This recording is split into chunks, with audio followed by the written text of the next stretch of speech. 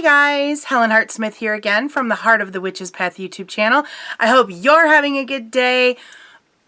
I'm not doing too bad. So, hi, if you are new to the channel, welcome. I'm Helen, as I've already said, and this channel is where I talk about and share aspects of my life that include my spirituality, which is I am a witch. It includes my lifestyle, including being like a cruelty-free household and vegetarian. So there's some veganism in there, things like that. We're also a recycling household, a reducing household, and yeah, all those kinds of things. So welcome. If you've been here for a while, hey, I'm back. So yes, I've been on a bit of a hiatus, and I'm sorry about that, but sorry, kind of not sorry.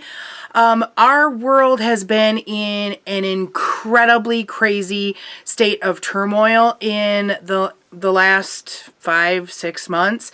And so I really felt the need to kind of pull inward and do some inner searching of myself and where I was at this point in my life and what's important, and trying not to freak out about what was going on in our country and around the world with the pandemic and with all of this hate that has been going on in the States. And so I just took some time to just me time is what I'm going to call it. But I'm trying to get my myself back kind of into a swing of things, and I have lots of things to share. So this video is going to be about some of the things that I've been learning. I'm not going to go in depth and everything, just kind of doing a little overview of the ideas and things that have kind of been playing around in my head. And it's also a book review. So the book review is going to come towards the tail end of this video. So be on the lookout for that. If I can figure out how to do a timestamp, maybe I'll put a timestamp in the description box. So if you're interested in just the book review, you can go straight there. Okay, so what have I been doing with myself? Well, in the beginning of the pandemic, for those of you who might not know or didn't remember, I live in the state of Michigan. Yes, I live in the mitten. And so my state was pretty hard hit with the coronavirus, and we're still struggling with numbers now. Numbers of new cases and deaths have gone down, but there's been some up and down things. And so it was pretty scary in the beginning, in, late March, April, things like that. I was seriously checking numbers like every day in the beginning there. And so I kind of had to make myself stop that and, just kind of live. Now, luckily, both the roomie and we continued to work throughout this pandemic, and we're still working now. So I'm very grateful for that. By day, I don't talk about it much, but my trade is I am an engineer, and I work for a small industrial sewing facility. And so we were actually able to stay open during the stay-at-home order because we switched over and we produced masks that we then in turn donated to various places where they were needed the most. So yes, luckily I was able to go to work every day still for the most part. There was about a month there where things got slow and I was only working like 1 day a week. But luckily our company qualified for one of those federal loans that paid for your employee's wage. And so I got paid for that time. So yay, you know, we were just doing things really carefully, shopping once a week, only shopping, and cleaning things and what have you. So where I kind of started looking within, I didn't really realize it until I was in the middle of like what I was doing. And so I actually got into baking, which I think a lot of people did because flour was hard to find, yeast was hard to find, at least in my area. And so there is a therapeutic nature to creation, especially if it's an act of creation that is new to you. I tend to be a fairly creative person. I am a writer. Obviously, I do YouTube. I have my blog.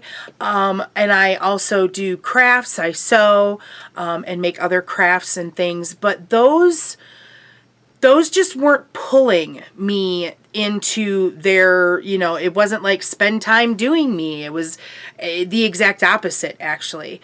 And so I found that baking, which is something I hate to do or hated to do prior to this virus, I found myself making bread. I found myself making cookies, and I think it was a way of keeping the days filled with something. In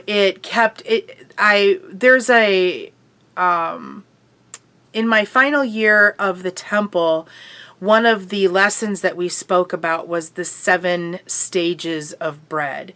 And it starts with, you know, plowing the soil and seeding the wheat and growing the wheat and harvesting and milling, and then, you know, the making of the bread and the consumption. I didn't even count, so I don't know if that's the 7 stages or not, but there is the 7 stages of bread.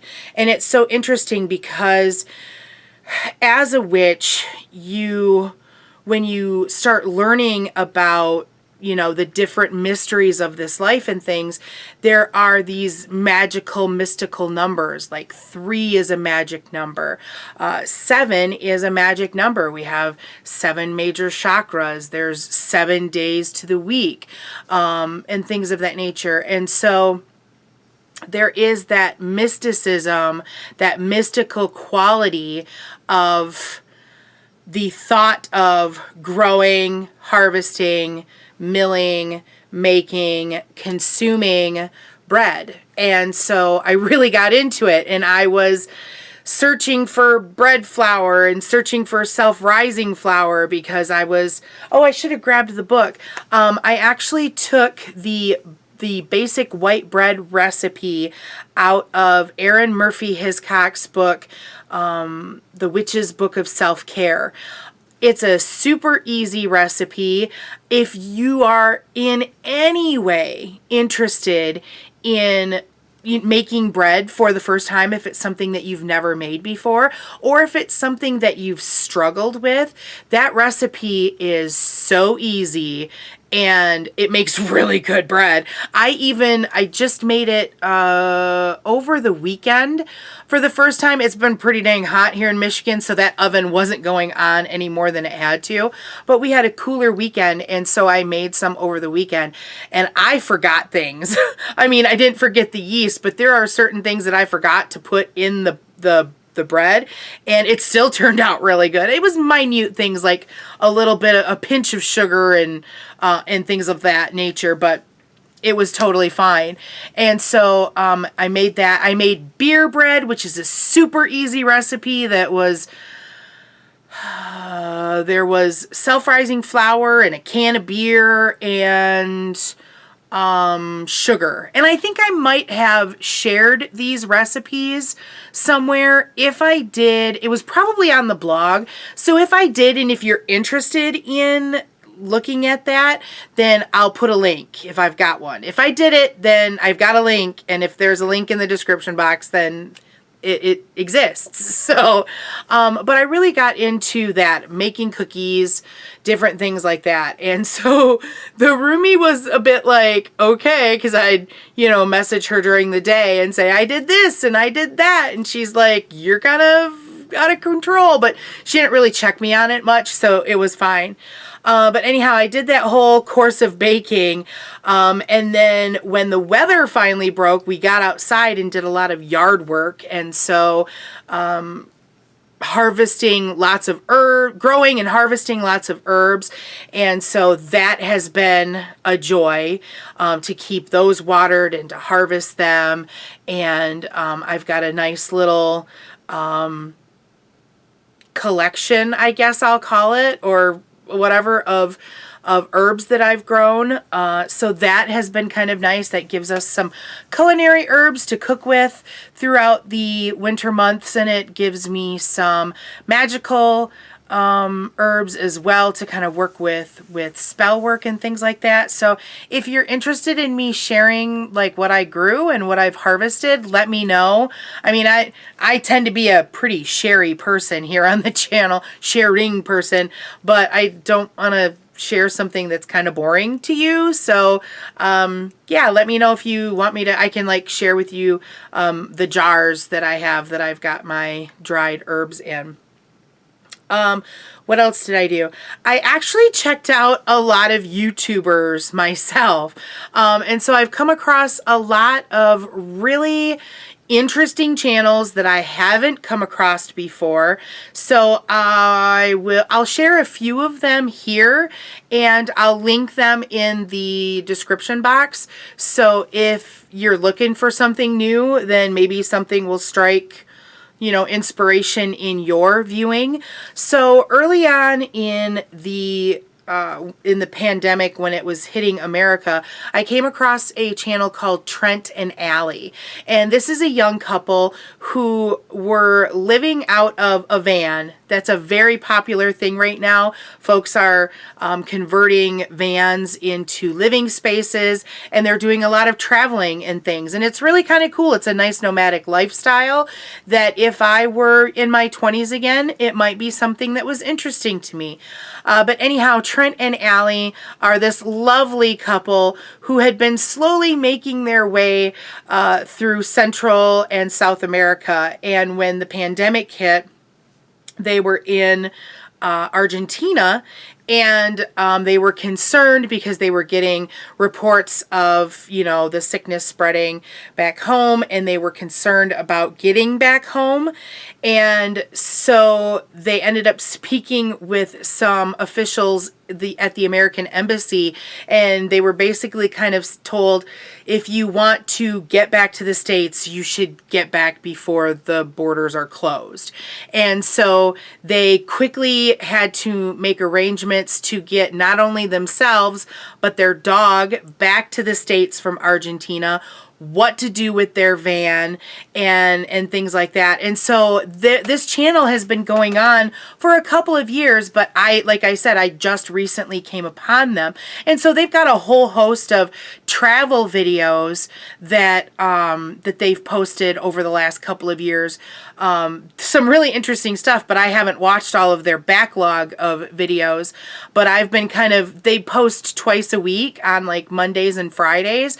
And so they have, since they were able to make it back to the States, did the responsible thing and self-quarantined, and made it eventually back to their home destination of Utah. And so it's been their adventures since getting back to Utah. They're a delightful couple, and I really think they're super cute. So check them out. They're kind of fun. Another channel that I came across is Life Uncontained, and this kind of sets the stage for where my thought process has kind of been meandering towards. Life Uncontained is another young couple. I'm going to guess that they're in their late 20s, early 30s, but they moved to Texas, bought a piece of virgin property, and they're in the process of building their home out of shipping containers. And it's so interesting. They want an off-grid home where they are collecting their own water. And so they've had to, do fence work around their property. They've installed solar panels. They've set up a water collection cistern system, and they are building their house out of 2 shipping containers that they're kind of offset a little bit, and then there's like an additional space between. So it's going to be a really super cute house, but they're going about it in such a way where they're thinking about being off-grid. They're thinking about sustainability. They're thinking about things like, live roofs, I think is the concept. And that is having basically dirt on top of a roof where you're actually growing some kind of plant matter, flowers, indigenous plants to the area or whatever. And it's supposed to, as I understand it, it's supposed to kind of help keep your home cooler. And of course, more plants means more oxygen in the air and things like that. And so these guys they're just winging it. They're doing things. They've got a plan, but sometimes they change the plan, and that means that, they've got to take a couple of steps backward to make happen what they want to make happen. And it's really kind of cool to see as their life unfolds, basically. And, and in the middle of all of this, they've had their first child. Congrats! A little peppermint tea for the talking, because it's been a while since I've done this. So that channel really got me thinking about off-grid living and things like that. And the roomie and I, we have ideas about being sustainable, and we fully endorse that kind of a lifestyle, and growing your own food, things like that. And I don't think that building a house is not something that we are going to do, because we don't have that skill set, and we're not interested in learning. Like if I were 10 to 20 years younger, then maybe I would be into something along those lines. But there are ways that you can live that isn't, doing all of that, but being better for the planet. And so I really started thinking about homesteading, and what does that mean, and what does that entail. And so I came across a channel called Homesteading Family. And this is a channel about a family that lives in northern Idaho. And this is, it's like their second or third piece of property. So they actually started, they moved toward this homesteading lifestyle by starting out as a young couple when it was just the 2 of them before they had their kids, and they were living in an apartment, and they started, growing herbs on their patio, and maybe a tomato plant or something like that. And they eventually, worked their way up to buying their first piece of property, and then buying something that was a little bit bigger, and buying, the piece of property they have now is a 40-acre piece, and they grow, what did they say? About 80% of their vegetable food, and they also raise 100% of their meat. And they have a pretty large family. They have, I believe it's 9 children, plus the mom and the dad. And so, I think that's really impressive. They've been on this property, it's like their second growing season. And they do the chickens and the cows and the goats and all that kind of stuff. And even though I am a vegetarian and therefore don't eat meat, I think it's interesting the the wealth of knowledge that the two of them have brought together to make this really cool place for to raise their family. And so the wife, Carolyn, she also has a lot of herb knowledge, and so she does a lot of healing things for the family through herb knowledge. And so I've learned, she's got some really cool videos on things like steam inhalations and poultices, some old time remedies, things like that. And so it's really kind of interesting to dip my toes. I've always been interested in herbs and learning more about, of course, I work with herbs for magical intentions, but I know that there's a lot of medicine because that's like our first medicine. Before there was pharmaceuticals, there was herbs. And so it's really kind of turned me on to upping my knowledge and starting to learn more on my own about herbs. And so that is definitely something that I've been working on and been talking with my coven sister, Crystal, whom you guys have probably heard me talk about thousands of times here on the channel, and she's done podcasting with us and things like that. So she is an herbal student, and so we've had some conversations, and she's pointed me in some other directions and things like that. So really interesting stuff there. So Homesteading Family was, really kind of swinging me into this thinking about homesteading. And I'm from a farming family, and so I grew up canning. And so generally we canned, like the roomie and I, we started canning a couple of years ago. And so I really got to thinking about canning this year when groceries became scarce, when people were, hoarding and the food supply chain was kind of in question, and our truck drivers were working a lot just to try to get food to our stores. It was crazy for us here because there were certain things that weren't there that it was like, wow, I can't believe there was a rush on that. Like I couldn't find Bush's vegetarian baked beans, or I couldn't find pineapple tidbits. And so, that really sparked us to looking at what we ate and what can we can, that and that was like a twofold kind of good thing, because we have it and then we can control what's in it more. And so we're hopefully lowering the amount of sodium that we're intaking, or the amount of sugar or what have you. So the roomie and I have actually, that's another thing that we've done throughout the last few months, is we've been doing some canning. So we've canned our own pineapple tidbits. We've canned jams. We've canned cowboy candy, which is a delicious thing.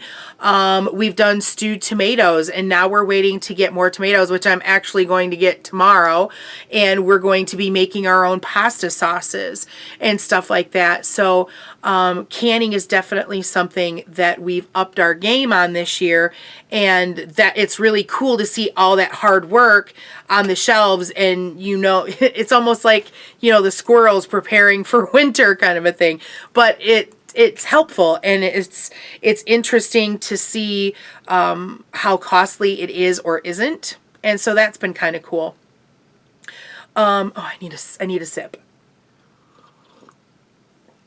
So some other homesteading channels that I've been looking at is Suttons Daze.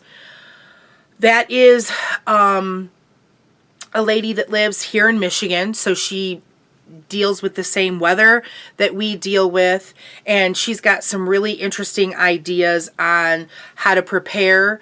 It's interesting because there's this really thin line between people who are homesteading and making growing and putting away their food for their family, and then you've got like the preppers that are just trying to put food away in case something really bad happens. And so it's interesting to kind of get to find those vibes. But Suttons Daze, she's got some really cool ideas on how to store, how to organize. She's a passionate canner and does a lot of canning videos, so that's kind of nice.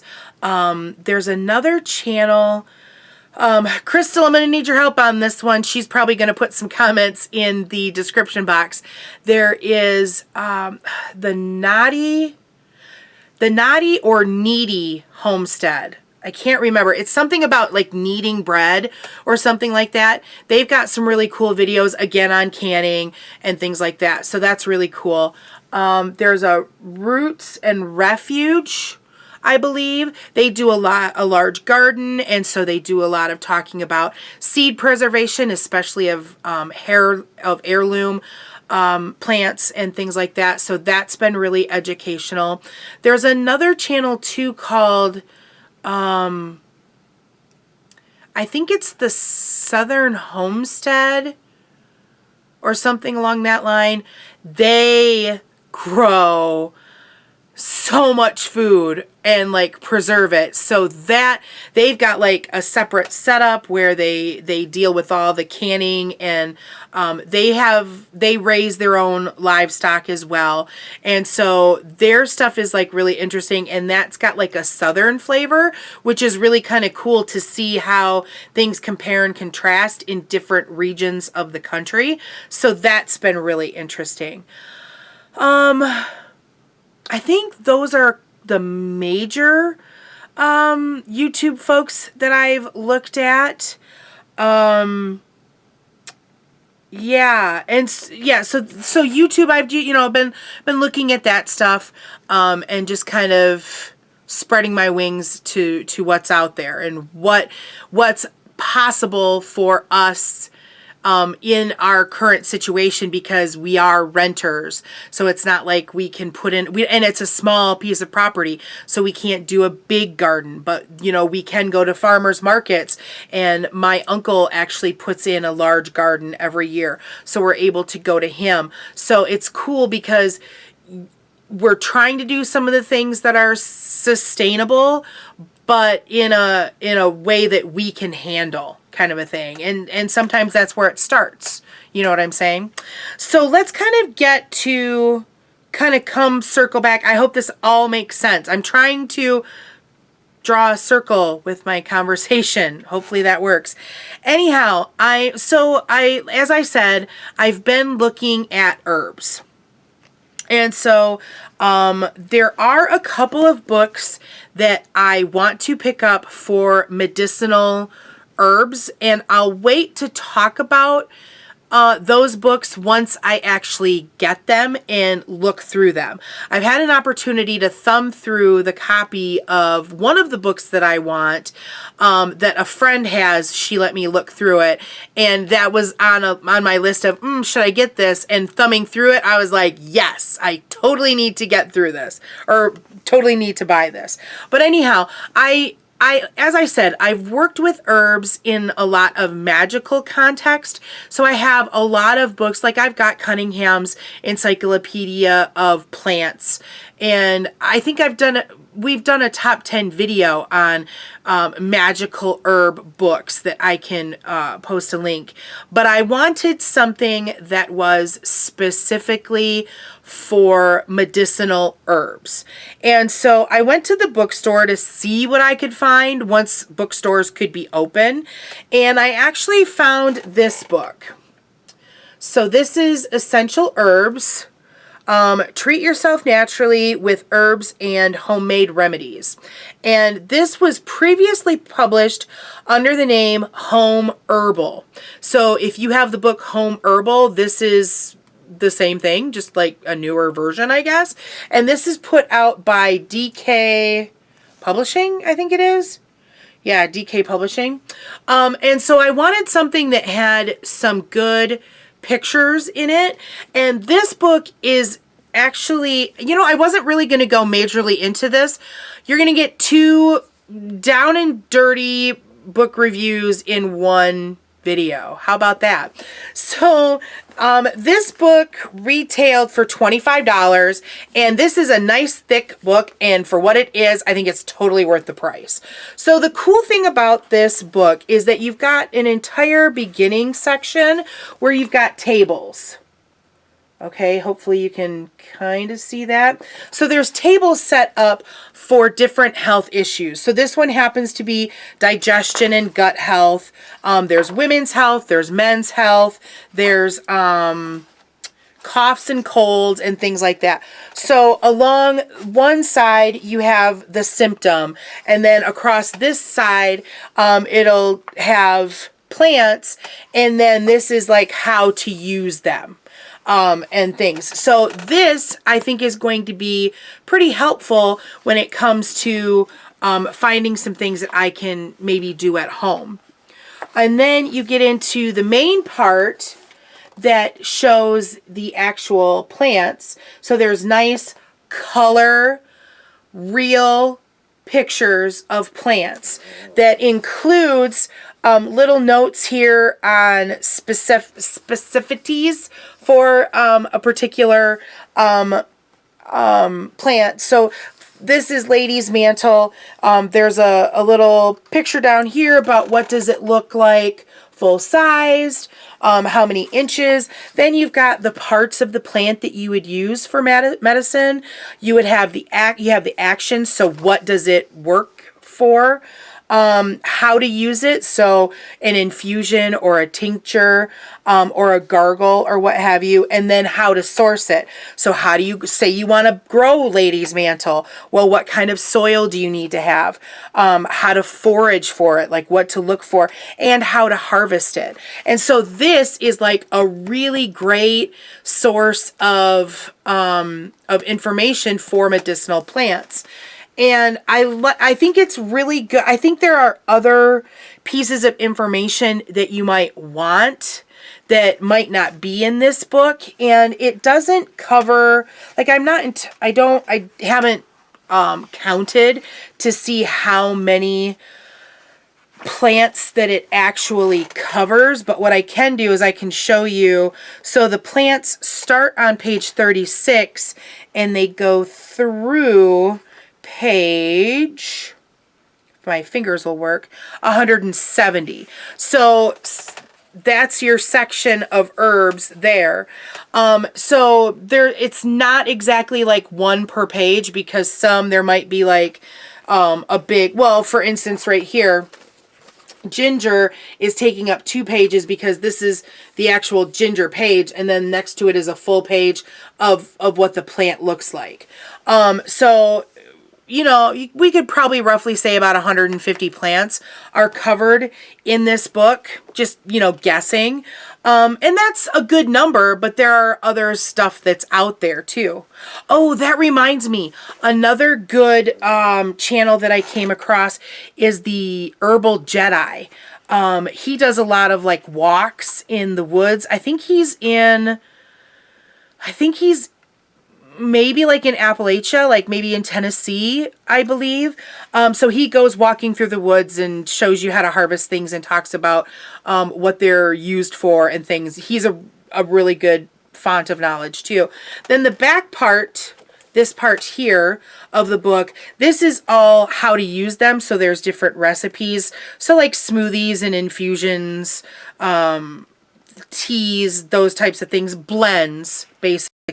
So that, I don't know how much I'll use of that, but the herbal section and the tables in the front, I've already been referencing already, because I'm trying to start my herbal dispensary, my herbal first aid kit kind of a thing. So that's really interesting. I would recommend this one. I think that there's the book that I'm going to be getting next might be better than this one, but I really want to do like a side by side. So maybe if you're interested, I could do a video that compares the two and says which one I'd rather suggest. But like I said, I need to get that book first. But the book that I really wanted to talk about, this is Herbs. Let me see. There we go. Herbs for Common Ailments. Excuse me. This is by Rosemary Gladstar. Rosemary Gladstar is someone that Crystal suggested to me. She has been an herbalist for a really long time, and I made that sound so dramatic. Sorry. This is as you can see, it's a nice thin book. This is about 120-ish pages. And it retails for $8.95. I'll put links for both these books in the description box. This one, it looks like the original copyright is 1999, and there was a reprinting in 2014. This one is, I like to look at, when I saw this, I was like, this needs to be like a quick reference guide, a quick reference type of book. This is something that you could maybe leave in your herbal dispensary, your herbal first aid kit to use as a reference. There's a whole section in the front that talks about how to make tinctures, how to make ointments, how to make herbal candy, how to make herbal pills and syrups. And there's like step-by-step instructions on how to do all of that. So if you're unfamiliar with what a tincture is, this will tell you. If you guys are interested in me sharing some videos with that kind of content, I am not a master by any stretch of the means, but I am definitely learning in the process. I would be happy to share with you what knowledge I've gotten thus far. Okay, let me know. Then it works into an alphabetical section where it will share with you the plant. It's got the parts used. It has the benefits. So what kind of actions will it work with? And then suggested uses. And then if there's any cautions for that particular plant. So this is mostly text. Every so often there might be a little sketch of a plant. But that's okay because I wanted this to be a quick reference, and it definitely is that. If I wanted to question what a plant looked like, that's what I have this for. Okay, so these can like work together. One thing that I'm not super stoked about in this one is that the herbs are not alphabetical. That's kind of weird. And I am not even really sure how they are grouped. They might be alphabetical by their scientific name, is what I'm thinking. But I don't know their scientific names. I know yarrow as yarrow, not as Acacia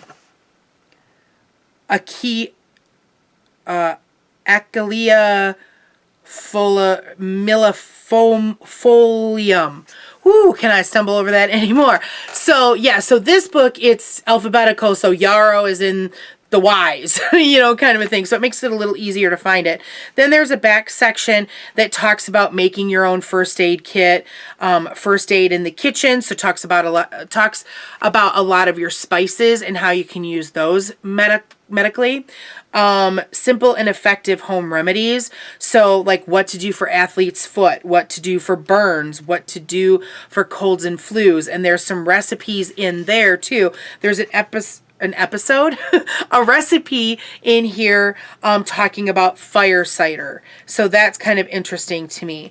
And then what else do I think there's a list of suppliers as well. If you're interested in purchasing larger quantities of spices, like where would you go? And those are questions that I've actually asked Crystal before. And so she actually recommends San Francisco Herb Company, I think is what it's called. And she recommends Rose Mountain or Mountain Rose Herbs. Those are a couple of really good companies. And there's others that are actually listed in the back of this book. So I highly recommend this guy. This is, even if you don't want to massively get into medicinal herbs, this is kind of a nice thing to have on hand in case the fit hits the shan, kind of a thing. And then you've got, you at least have something that's portable that you can use for knowledge. So at this point, I'm going to recommend this one for sure. And I would recommend something along the lines of this one. So like I said, I will put a link in the description box for both of those books. Holy cow. I feel like I've talked a long time, and I really have. Sorry about that, guys. Whew. So, that's what I've been up to. I know this was a lot to get through, and sorry, I tried to talk fast and it just didn't happen well. So I've been wanting to, make videos, but I wasn't sure exactly what I wanted to say, and I was a little nervous to actually record this video because it has been such a long time since I posted, and I wasn't sure what I wanted to say or how I wanted to say it. So hopefully this all made sense in some way. If you liked this video or learned something from it, please give it a thumbs up. Please let me know how you're all doing, whether that's by a comment on this video or whether that's by dropping me an email at heartofthewitchespath@yahoo.com. I'd love to hear from you. Hello to any new viewers. There'll be links in the description box for the Facebook page, for Instagram, things like that. So I think I'm just gonna stop now and be quiet again for a little while. Thank you for watching. Thanks for hanging in there with me. And most importantly, thank you for walking the path for a little while with me. Until next time, blessed be.